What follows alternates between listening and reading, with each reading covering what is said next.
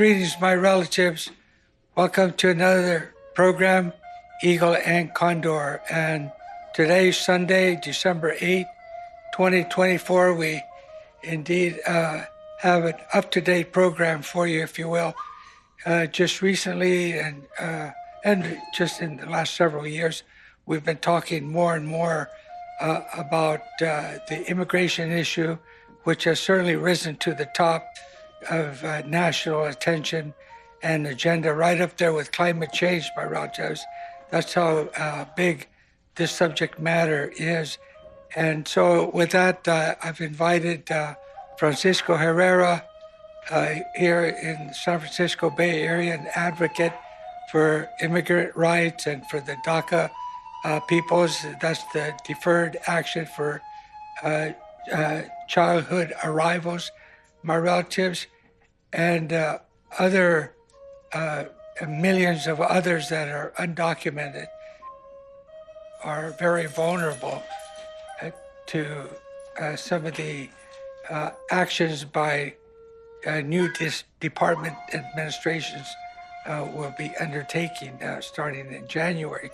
So Fransisco Herrera will talk to us about the recent action rally in support of the DACA peoples there in Sacramento yesterday, December the 3rd. And also I've invited Bruce Gali, a California Indian man, and Bruce Gali, also American Indian Movement California, and along with AIM West and Intertribal Human Rights and Treaty organization based in San Francisco. And Bruce Gali was asked to lead in some words and prayer yesterday at the rally itself. So we'll be talking to Bruce about his views on people that are relatives that are coming from the South when we don't indeed recognize borders, my relatives. And hopefully Laura Rodriguez will be coming on as soon as she's able, my relatives. And she spoke yesterday as well as a DACA representative, if you will. And that's, again, the Deferred Action for Childhood Arrivals. And she'll give a particular view of herself, of her personal life experience, and how she is more vulnerable than ever. But before we get started, my relatives, I just want to make a few quick announcements and comments. We saluted the veterans last month in November, and last month was also Native American Month, and of course, many of us attended the sunrise ceremonies, the annual sunrise ceremony that was held at Alcatraz on November the 28th. And this was also to not only honor the warriors, the men and women who took the island, Alcatraz, the rock, years ago from November 1969 to June of 1971. 19 months held the island. And so each year we go there to honor them. And that began in 1975, I believe it was, with Bill Wapapaw and the International Indian Treaty Council, American Indian Movement, and also to acknowledge that the warriors at Alcatraz during that time on the rock also held their unthanksgiving meal and feast. So it's to a continuation of that thread of history, my relatives. And let's see, also the photo and poster exhibit that was hosted by the AIM West and also Barrios Unidos down in Santa Cruz, an exhibit of 40 pictures and posters of campaigns that the American Indian Movement has been involved in since its inception in July 1968, as much as we could bring to the present. But central to that exhibit that started with a reception on November 29, and it'll run there at Barrios Unidos through December 29, is a 12-foot statue of Leonard Peltier, political prisoner in the United States. It was sculpted by international renowned Rigo 23, my relatives, and it's built in three-dimensional, taken from a self-portrait by Leonard Peltier himself, sitting in a cell in a 6x9 by 12. And those are the dimensions, indeed, of this statue that was sculpted by Rigo 23. And that's also at Barrios Unidos in Santa Cruz, 1817 SoCal Avenue, there in Santa Cruz, my relatives. So do try to make that and get an update on the history of the American Indian movement. And the theme of this exhibit is "Aim is a Direction." And that's a quotation, my relatives. Aim is a direction. And so said by the American Indian movement spiritual leader who passed on at an early age, in his early 50s, my relatives. And that is Philip Deere of Oklahoma, of the Muskogee Creek peoples. He left a legacy. He traveled international with the American Indian movement and the International Indian Treaty Council, here nationally and internationally at Geneva, Switzerland. In fact, he was among those that were there in 1977 in Geneva, Switzerland, that laid the course to the evolution of the adoption of the Declaration on the Rights of the World's Indigenous Peoples, adopted by the General Assembly of the UN in September of 2007. So that's the theme that includes photos in Geneva, Switzerland, as well, of many of these delegates over the years that set the course and the vision that was laid out by American Indian movement, it being a spiritual movement. So another important announcement I just wanted to quickly make, and we got a little time for this, but on January 25, Congress of the People, that will be here in San Francisco. It's a free entry at the Mission High School, my relatives.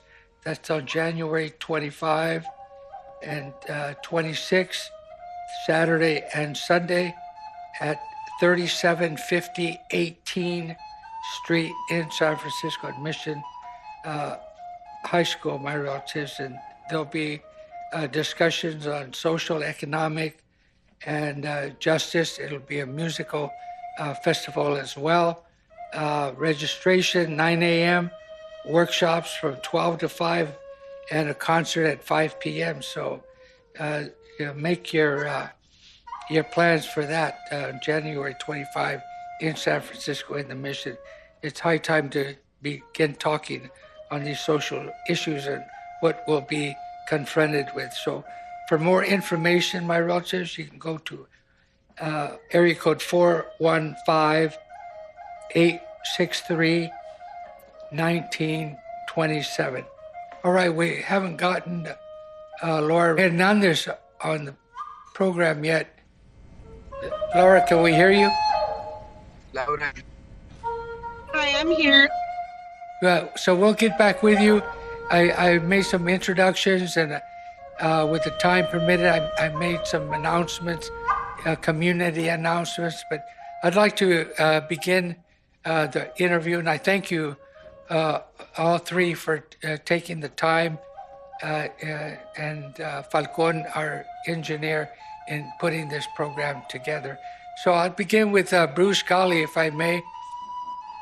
And Bruce, if you could introduce yourself, and you were the person that was asked to lead in the opening part of yesterday's rally there in Sacramento in the for the support for the DACA peoples.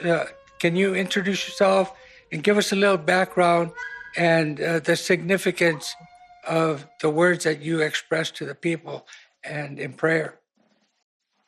Hope. Doc Molimo. Thank you, Tony, and thank you, KPFA, for letting me be a part of this interview like that. Honored and blessed. I'd like to just say a quote right now is that before, they said, kill the Indian and save the man.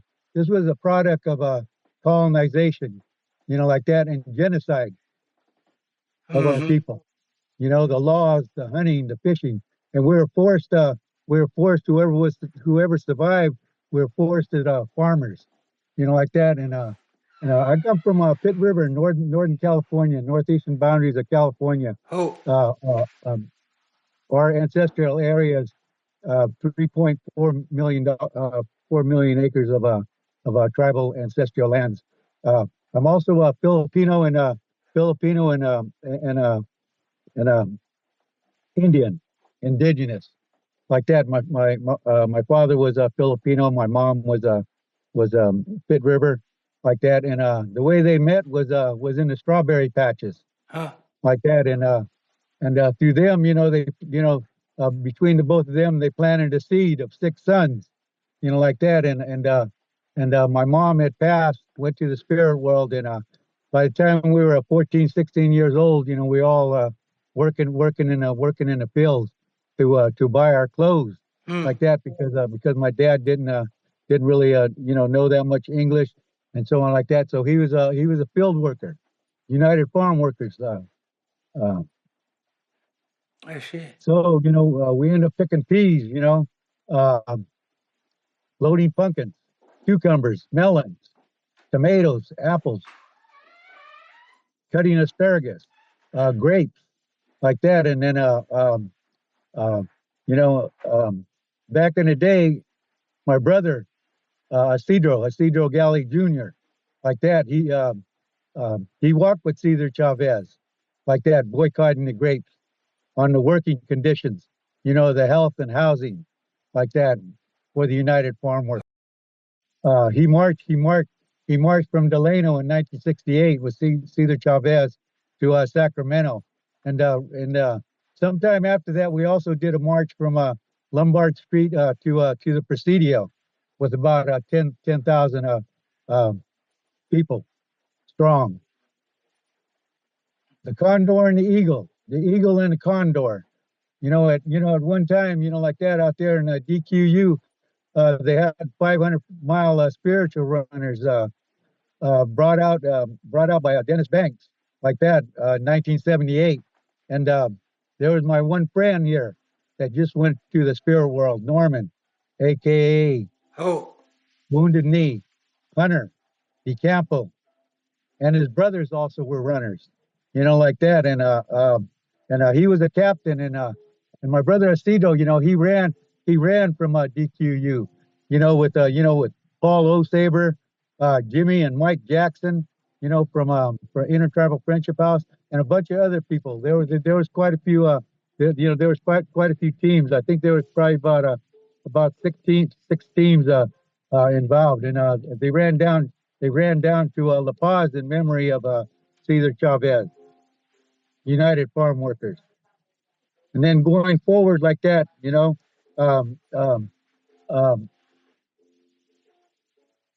our friend Wounded, like that. We traveled probably maybe 12 years together and that stuff. And my niece Morningstar asked us to go down to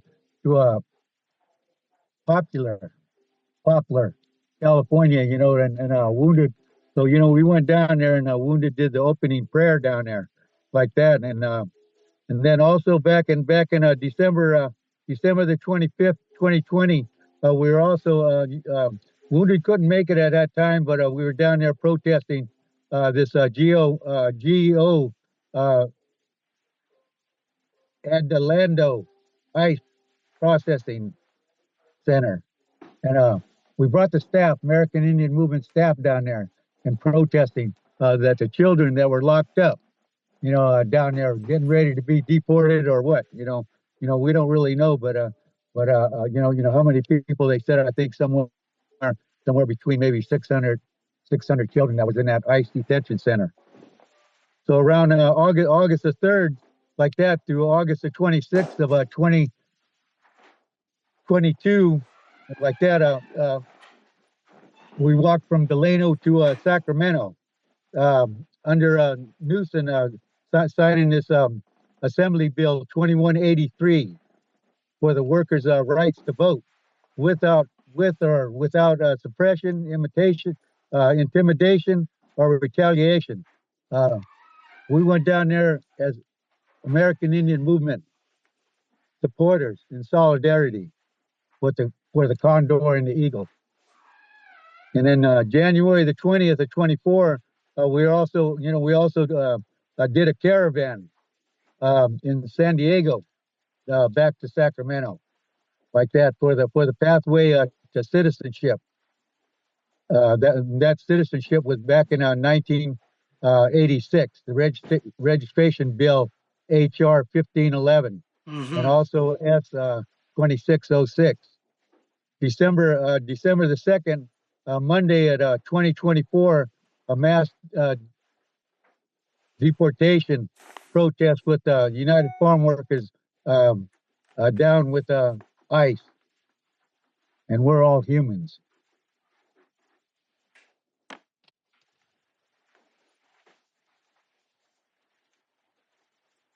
I have some notes down here, that are written down, Sure. like that, and so also, also what I'd like to say, now that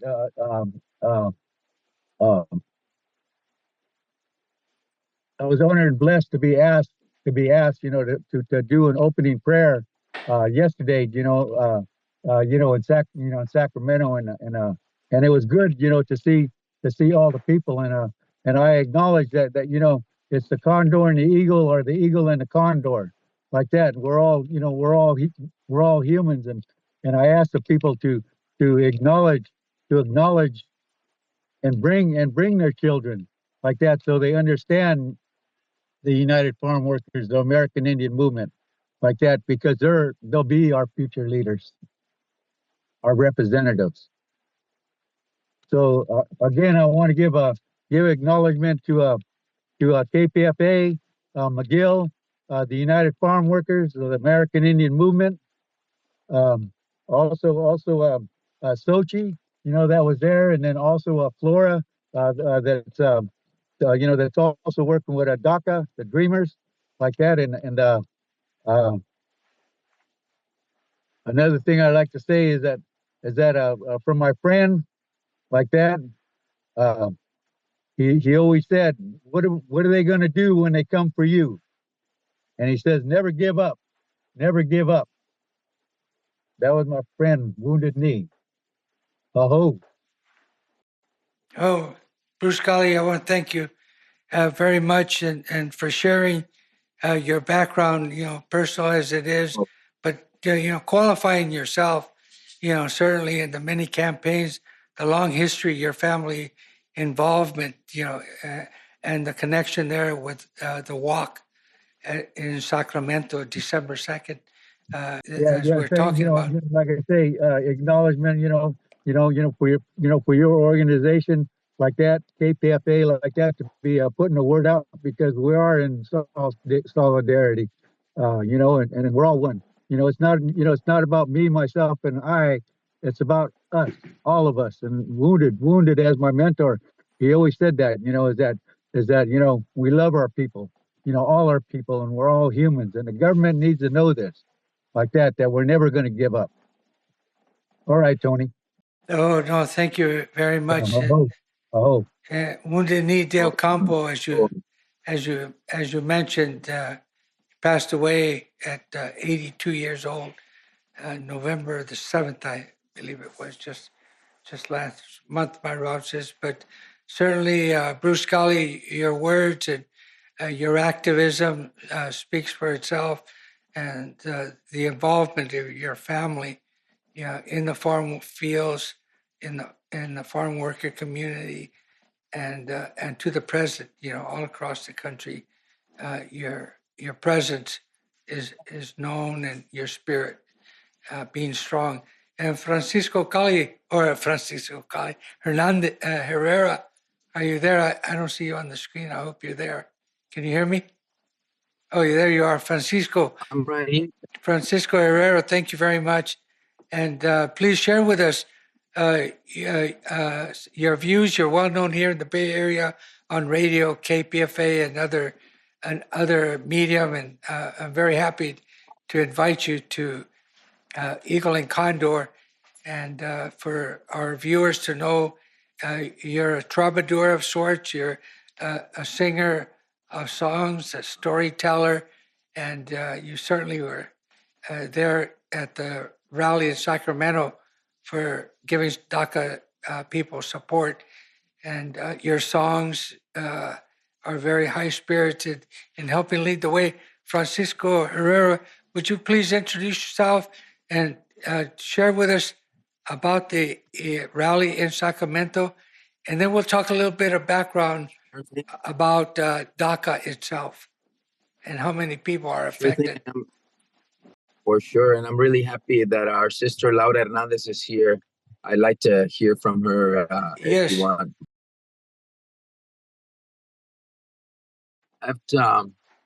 Caminando, caminando,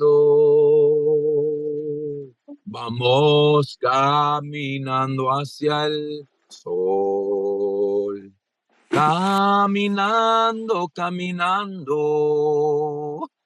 vamos caminando hacia la libertad.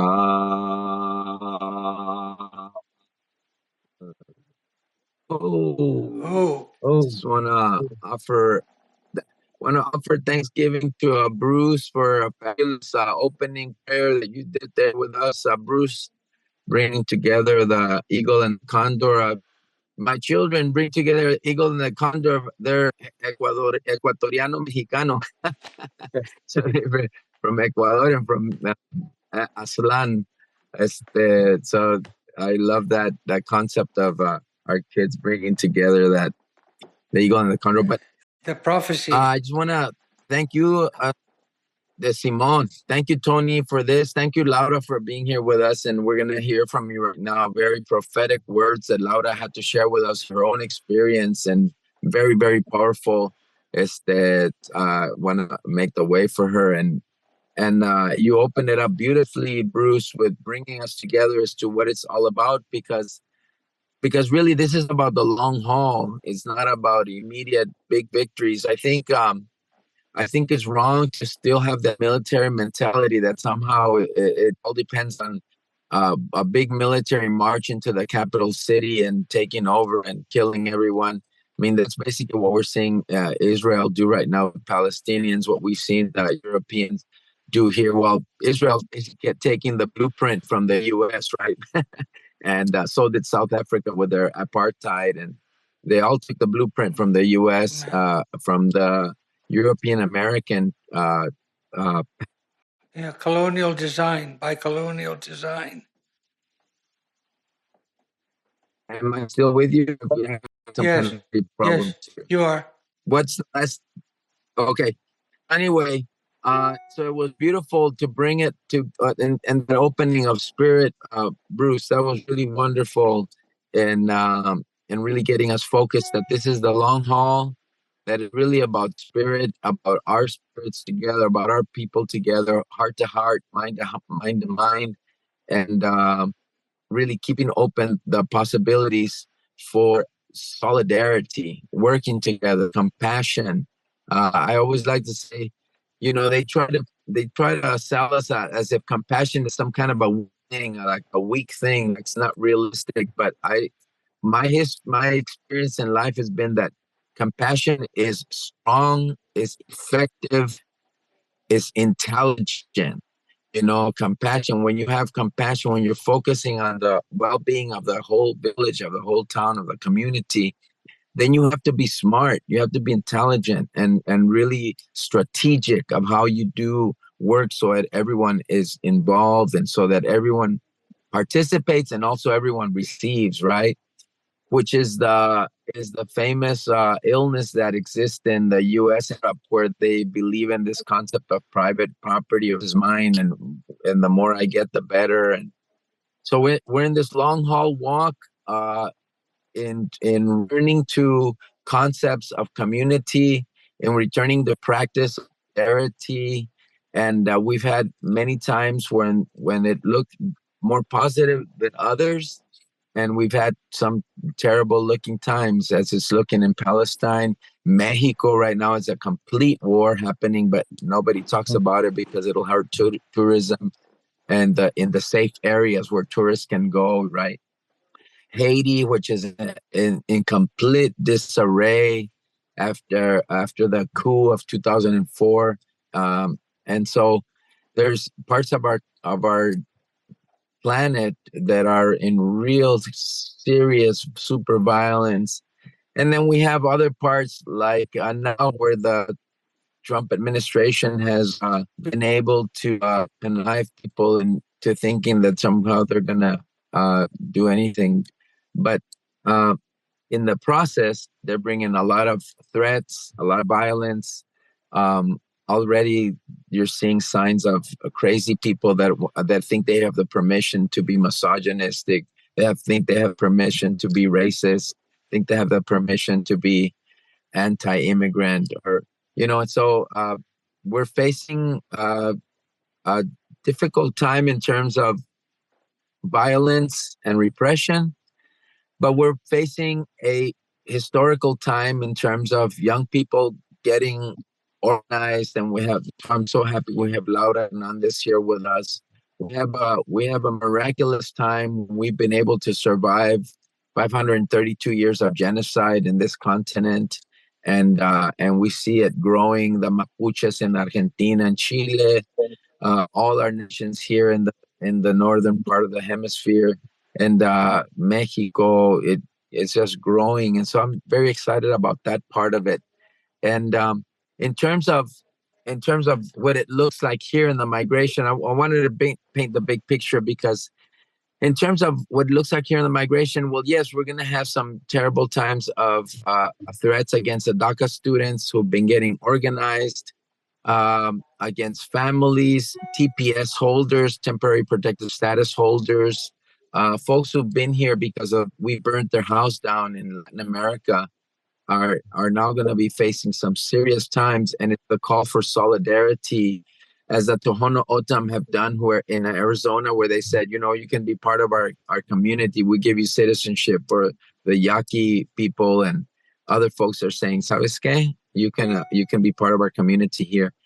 And so for me, the challenge is going to be, how do we practice solidarity?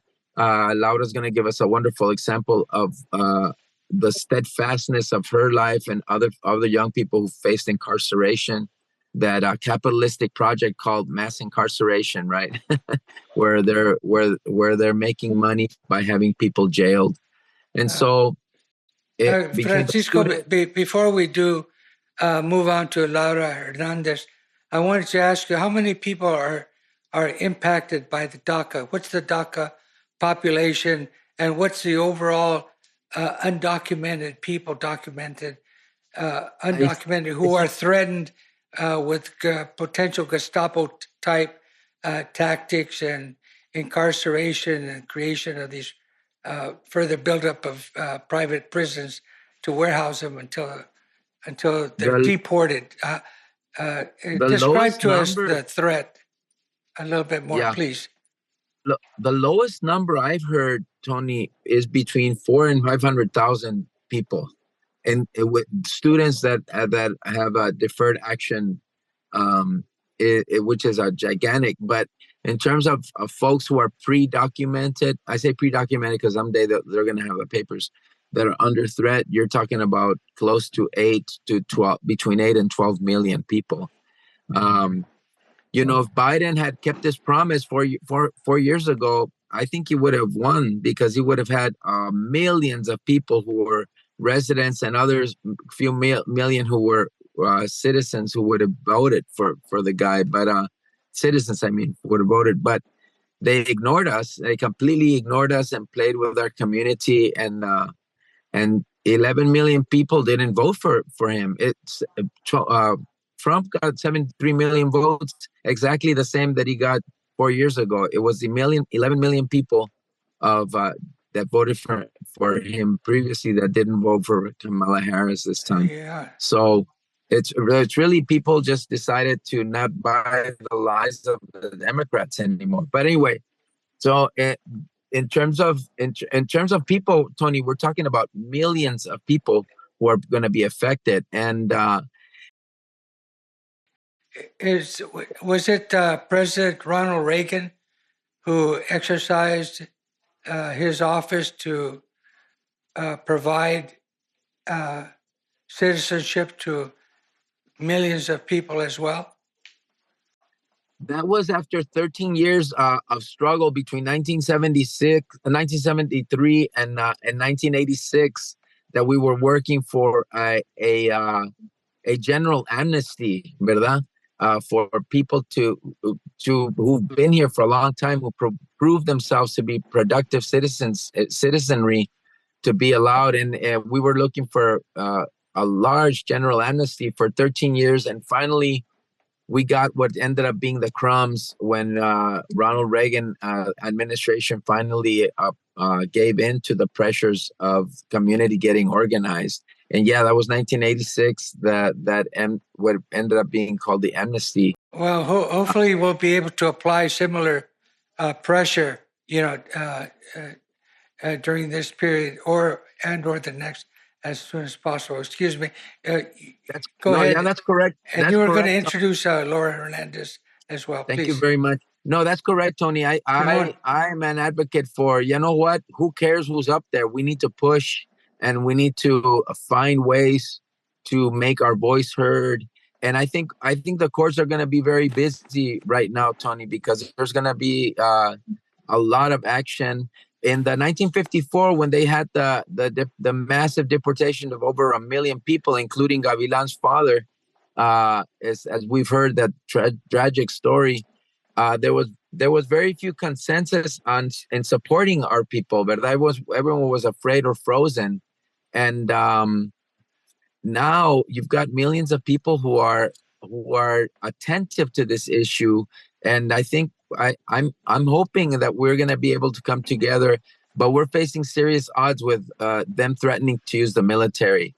But I think to give us an example of surviving prison and surviving incarceration and still keeping hope alive, we have with us Laura Hernandez, who I'm very proud to introduce and to have her with us. Welcome, Laura. Oh, Laura Hernandez, are you there? Please, there you go. Yes, I'm here. Please. Go ahead and introduce yourself. Hi, everyone. Thank you so much for this honor to be among you all today. It is truly an honor for me to be among you all today and to be able to share a little bit of my story and of the struggle that we face. I want to start by thanking Bruce for opening us up in prayer yesterday at the rally. Thank you, Francisco, for introducing me to Tony. I'm going to just share a little bit about my background so you know who I am and where I come from.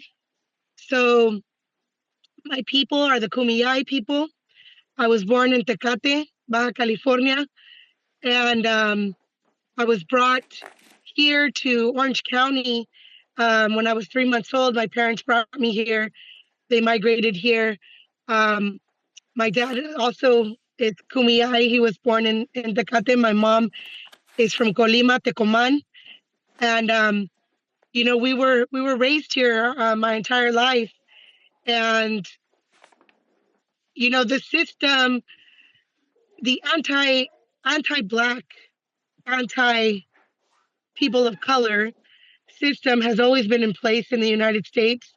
And I got caught up in in that system at a very young age. I was 12 years old, and the color of my skin has too much melanin. And so I was caught up in the system at a very young age. I was 12 years old when I first went to juvenile hall. And I did become a legal permanent resident when I was very young. And so, to be honest with you, I didn't even know that I wasn't a U.S. citizen until I was a teenager. When we went one time to visit my grandma, and my parents forgot my green card, and I had to stay back and wait for them, and I couldn't understand why. And so that's when I learned about immigration and learned that I was not a citizen and that I was different than other people. And when I was a young kid, I was involved in sports, and I did a lot of competitions. I won a lot of awards, and every time I walked up on a stage to receive an award, nobody ever asked me where I was born. It didn't matter, right? It didn't matter where I was born, as long as I was getting awards and shiny medals. My heritage didn't matter. Nothing mattered. And so as I grew older and became part of the carceral system, once you become part of that system, it's very difficult to exit. There is no pathway to get out, right? You get put on probation, and any little thing can violate you and send you back to jail. Mass incarceration is an extension of anti-Blackness in the United States. Black and brown people have forever been, discriminated against.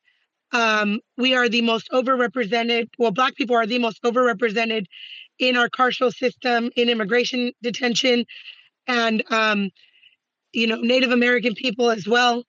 It's insane what we do to the people that own this land. And I have been out of prison. I was sentenced to a life sentence when I was 21 years old, and I was sentenced to 27 to life with 2 life sentences.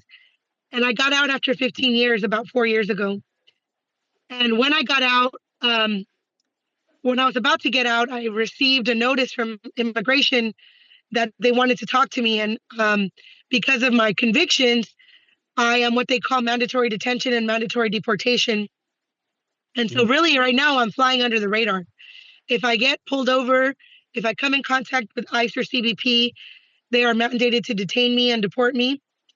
But when I got out, one of the organizations that supported me was the Orange County Rapid Response Network, and I soon became their coordinator. And then after coordinating with them for a couple of years, now I'm the executive director of a national nonprofit called Freedom for Immigrants.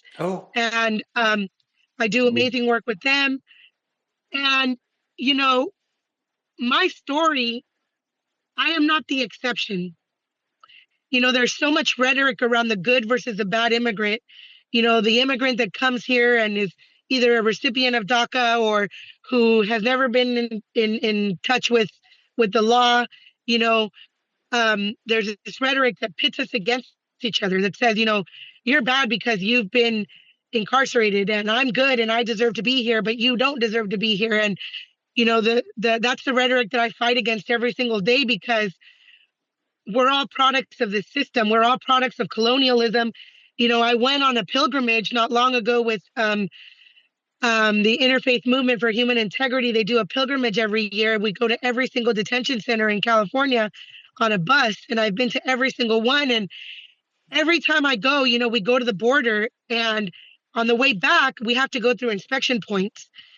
And this last year, this is my 3rd year going. This last year, every year I go, I have to make arrangements for myself to come back up, because I don't want to be on the bus, because I fear being pulled over and, being asked for my papers and all of that. And so I always have to make arrangements. And this year, it hit me really hard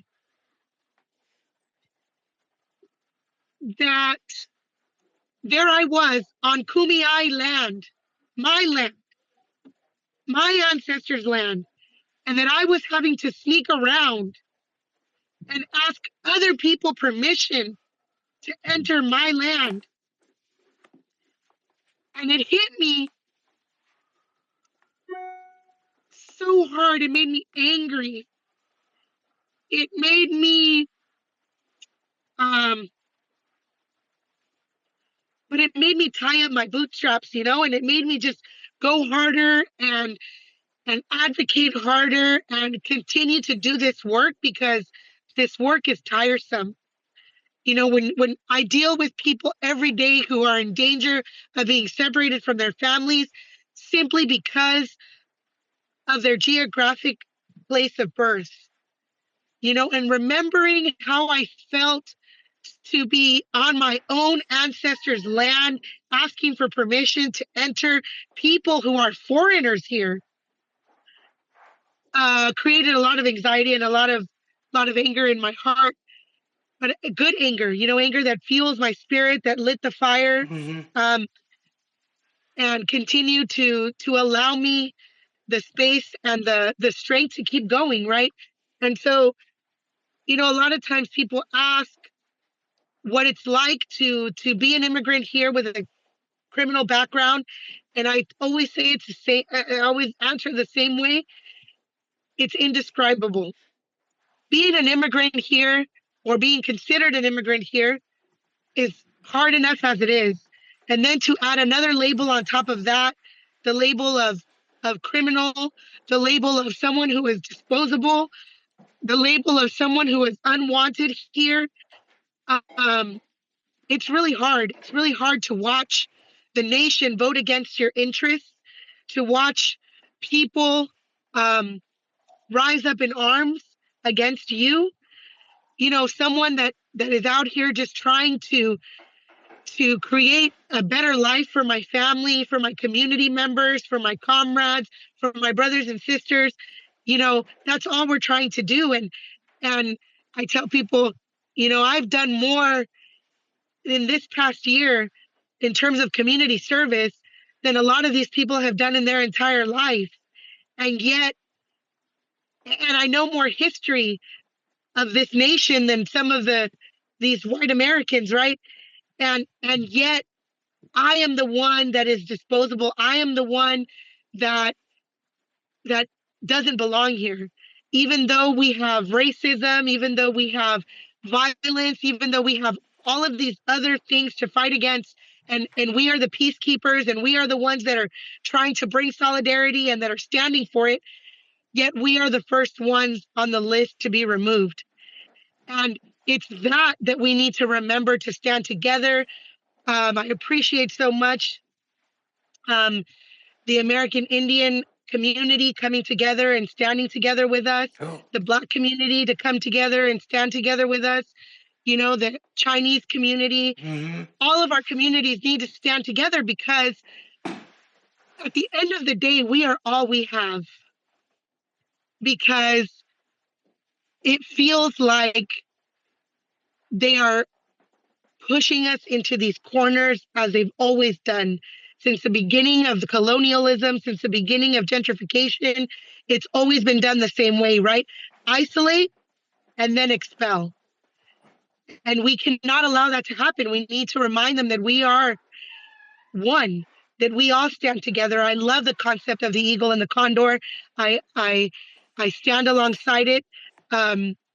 We'll stand in solidarity with it. I believe truly that this is the way to freedom for all of us, is standing together. As I embark on my own personal journey of transformation and becoming a different person, right? I have a petition to the governor's office asking for my pardon. It is a tool that the governor can use to save me from deportation, and yet he chooses not to do it.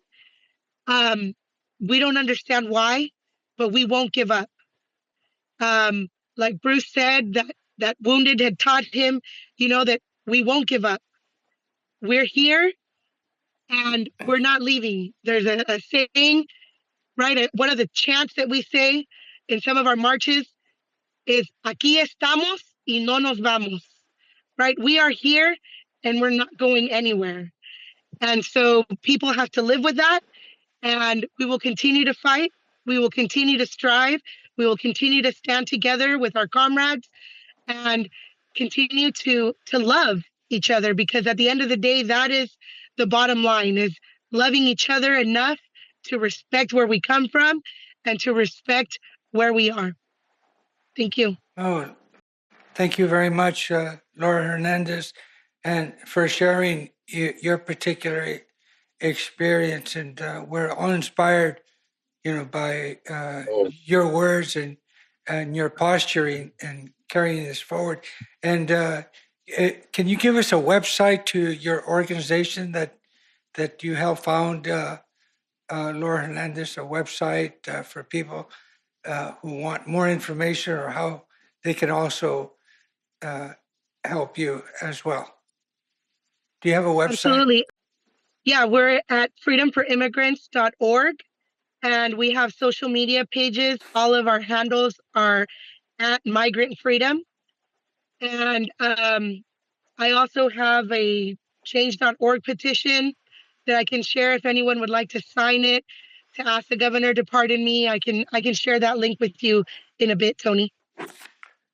All right, Laura Hernandez, thank you. And hopefully we'll get back with you as a follow-up as we move forward on this. And Francisco, back to you before we close, and I hope that we're able to suggest and screen a up-to-date current video that explains DACA a bit more to our viewers and as a follow-up to this discussion.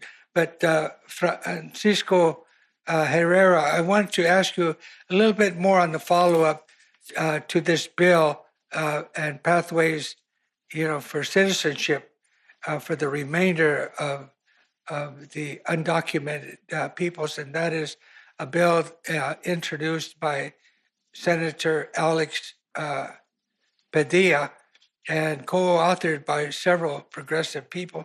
I don't know how far it'll get, but can you explain to us the bill itself? It's somewhat a general bill to open up discussions from the Immigration Act itself that from 1929, and there's a lot of work, and from 72 forward. Can you describe a little bit more and how people can help? Yeah, there's what it is. In 1929, there was a bill that's already law, but it's in a dormant state, and it's been I think it was 73 when it was reactivated, and it's back in dormant state. But it would basically allow 8 million people who've been here over 7 years. If you've been here over a certain amount of years, that will allow people to automatically move into residency, and that begins the process of citizenship. And a couple 2-3 years later, and that's in process. It's already a law. So it's already there. You don't have to do all the whole process. And what we need right now is people to be calling their congressperson. As we know, back in the Amistad story, I don't know if people know the Amistad story, where former people who had been enslaved said, "We came in this. We want to go back to Africa," and the judge ruled on their favor. Was a kidnapper. I don't call them slave owners; they were kidnappers. That's what they were. He ruled because of the power of popular pressure. So right now, this is one of the pieces of this registry law where people can make a difference in calling their legislators to push for this law be reactivated, and it would automatically give people who are in the process of their documentation to able to be citizens, start the citizenship process by becoming residents. And you're talking about close to 8 million people that would be affected by this registry bill. Uh-huh. And thank you for... I think, Tony, just to add, I think, for example, one of the organizations that organized Monday's rally is the Interfaith Movement for Human Integrity. Okay. And for the website is the letter I, the letter M, the number 4, human integrity. I am for human integrity. is the website Interfaith Movement for Human Integrity. You also have the National Day Labor Organizing Network, and that's N as in National, D as in Day, L as in Labor, O Organizing Network, NDLON.org is also another website people can check in, and the Northern California Coalition for the Registry Bill as well. That are working. Bruce has been very involved in that with Miguel Trujillo and all the folks in San Jose as well. Are folks that are working on this bill, and it's the simplest thing. People need to call their congressperson and say they support this bill to allow people to become residents, and then because they've been here enough years as the law provides. And thank you very much, Francisco, for that information, particularly on the Senate Bill 2606 and calling the Congress people representatives to that. And is there there's so much activity and actions going on across the country, such as the rally in Sacramento, for DACA support and like that, all across the country. And is there a designated date next year where all across the country it'll be like a day without laborers, or like a day without Mexicans in the workforce, kind of like a shutdown, or a million man woman march in different places? Is there because it seems like it's a good time to be heading in that way, one major loud voice, and during the administration that we're coming into, that aquí estamos y no nos vamos. Can you elaborate, Francisco, or share any news that you have on that? I don't have a date yet, Tony, that for that. Other folks might have some information on that. I don't have it. But I think right now what is most important for our listeners in this program is really to identify who is your congressperson, what is their phone number, and most of those offices you can just leave a message. It's that simple of saying, Congressperson, I want you to support the enactment of Bill 2606, which will reactivate the registry of 1929. My name is Francisco Herrera. I live in Oakland, California, and you're my congressperson, period. And then hang up. Or if you get an aide, you talk with them on the phone. And it's really that simple to make that phone call. And it really does have an impact of creating the mobilization for those votes in Congress. Well, I want to thank you very much, Bruce Gali, California Indian man and the American Indian movement, for your thoughts and your words and sharing the history of your people's involvement in the community and with UFW, and for these very people that we are talking about. Francisco Herrera, for your advice, consultation, and the music that you play in our community.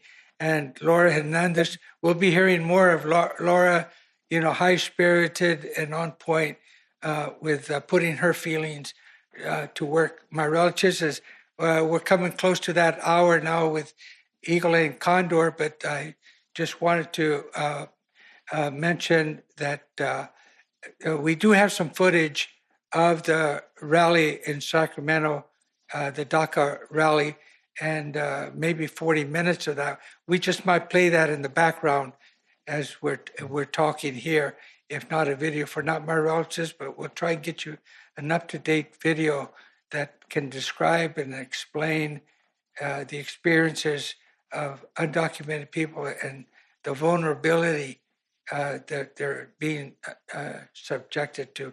But my relatives, in closing, I want to say, stay tuned to Eagle and Condor and share it with your friends. You can listen, watch it live streaming at aim-west.org or on the regular public access channel 29 in San Francisco at sfc.tv. That's Sundays at 4 o'clock. And all our shows, and my engineer, Falcon Molina, all our shows we archive at the website at aim-west.org, an intertribal human rights and treaty rights organization based in San Francisco. My relatives, Leonard Peltier, still in prison.